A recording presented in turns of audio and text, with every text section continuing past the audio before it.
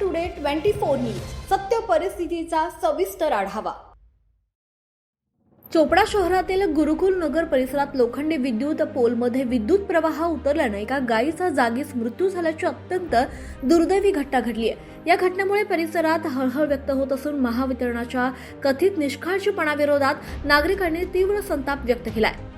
धोकादायक ठरत असलेल्या विद्युत यंत्रणेची तातडीने तपासणी करून आवश्यक उपाययोजना करण्याची मागणी नागरिकांकडून करण्यात येते आहे।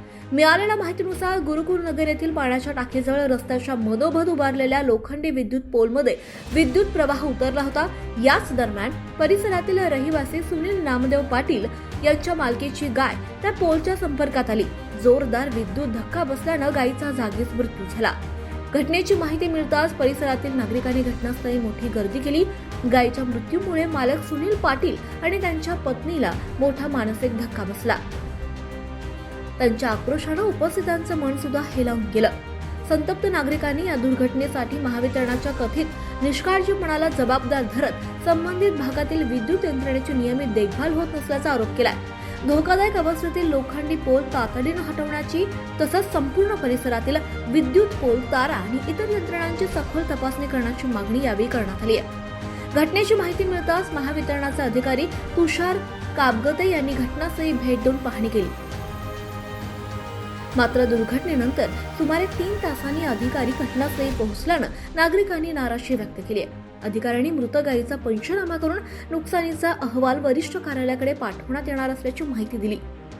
यावेळी संबंधित धोकादायक लोखंडी विद्युत पोल येत्या 8 दिवसांच्या आत हटवून सुरक्षित ठिकाणी स्थलांतरित करण्यात येईल असं आश्वासन महावितरणाच्या अधिकाऱ्यांनी नागरिकांना दिलंय।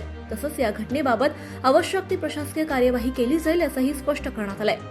या दुर्दैवी घटनेनंतर गुरुकुल नगर परिसरात भीतीचं वातावरण निर्माण झालं असून भविष्यात अशा प्रकारच्या दुर्घटना टाळण्यासाठी महावितरणानं संपूर्ण शहरातील धोकादायक विद्युत पोल, तारा आणि यंत्रणांची तातडीने तपासणी करून सुरक्षेच्या दृष्टीने प्रभावी उपाययोजना कराव्यात अशी जोरदार मागणी नागरिकांकडून होतीये। माझ्याकडे 1 जुलैपर्यंत इकडचा चोपडा अर्बन शाखेचा चार्ज होता। आजची घटना घडली, अत्यंत दुर्दैवी आणि चुकीची घटना घडली। इथे स्थानिक लोकांनी सांगितलं की सदर ठिकाणी जे आहे रोडचे काम झाले आहे आणि ज्यावेळेस रोडचे काम झाले होते त्यावेळेस जर का हा पोल शिफ्ट केला असता तर आजची घटना झाली नसती। परंतु मला असे सांगायचे वाटते की ज्यावेळेस तुमच्या रोडचे काम चालू होते त्यावेळेस जर कोणी ऑफिसला कोणी अर्ज केला असता की आमच्याकडे अशी अडचण आहे तर आपण त्यावेळेस त्याला काही आपण पर्याय काढला असता। तुम्हाला असं म्हणायचं आहे की हा पोल रस्त्यामध्ये आहे म्हणून शॉक लागला? नाही, माझं असं म्हणणं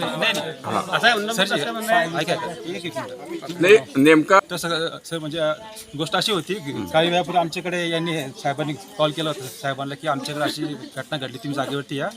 आम्ही सर्वजण त्यावेळेस आपल्या मीटिंगमध्ये होतो तर आम्ही त्यांना बोललो की आम्ही तिथे येतो, पण त्यापूर्वी आम्ही आमच्या बाहेर पाठवलं होतं की तुम्ही जागेवर जा आणि जागेची पाहणी करा की नेमका पोलमध्ये करंट का आला।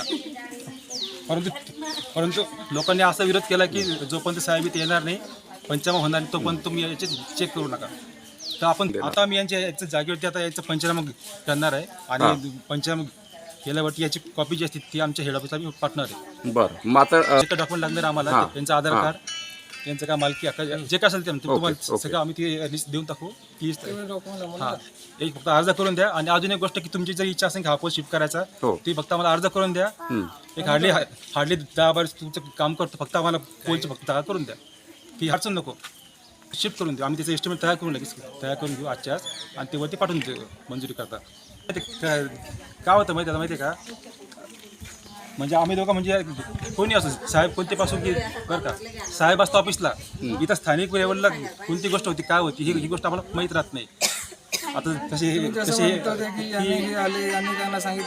आले हे आले ते आले, आम्हाला ती गोष्ट माहीतच आहे, माहिती का काहीतरी करू शकलो। आता हे म्हणतात साहेब, रहिवाशांचे आरोप आहे की तुमचे जे MSCBचे कर्मचारी आहे 15,000 रुपये मागताय, नेमकं मान्य करणार नाही। पण हे बा साहेब, आता ते जे काय बोलले तुम्ही साहेब ती मी चौकशी करणार आहे, असं काही मी आता साहेबाशी बोलतो, आमचे जे गोष्ट आधी की मी त्यांना एक गोष्ट सांगणार आहे की अशीच आमची तक्रार आली आहे, तुम्ही याची चौकशी करा।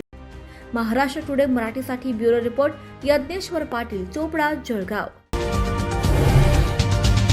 आजच महाराष्ट्र टुडे 24 न्यूजला सबस्क्राईब करा आणि सत्य परिस्थितीचा सविस्तर आढावा पहा।